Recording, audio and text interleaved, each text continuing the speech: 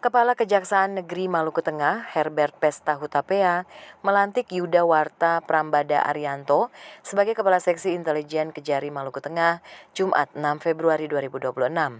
Pelantikan digelar di Aula Kejari Maluku Tengah dan ditandai dengan pengambilan sumpah jabatan. Yuda Warta menggantikan Yongen Markus Pangke yang mendapat penugasan baru sebagai Kepala Seksi Tindak Pidana Khusus Kejari Manokwari, Papua Barat. Pergantian ini menandai rotasi strategis di tubuh Kejari Maluku Tengah.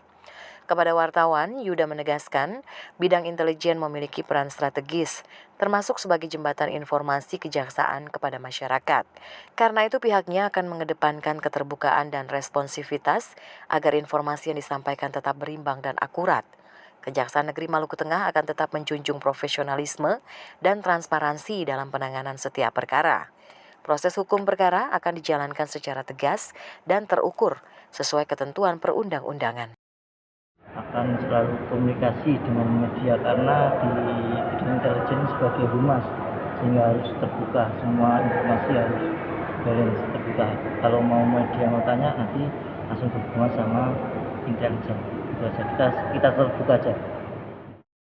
Dengan kepemimpinan baru ini, fungsi intelijen Kejari Maluku Tengah semakin tajam dalam penegakan hukum, sekaligus terbuka dan akuntabel dalam menyampaikan informasi kepada masyarakat.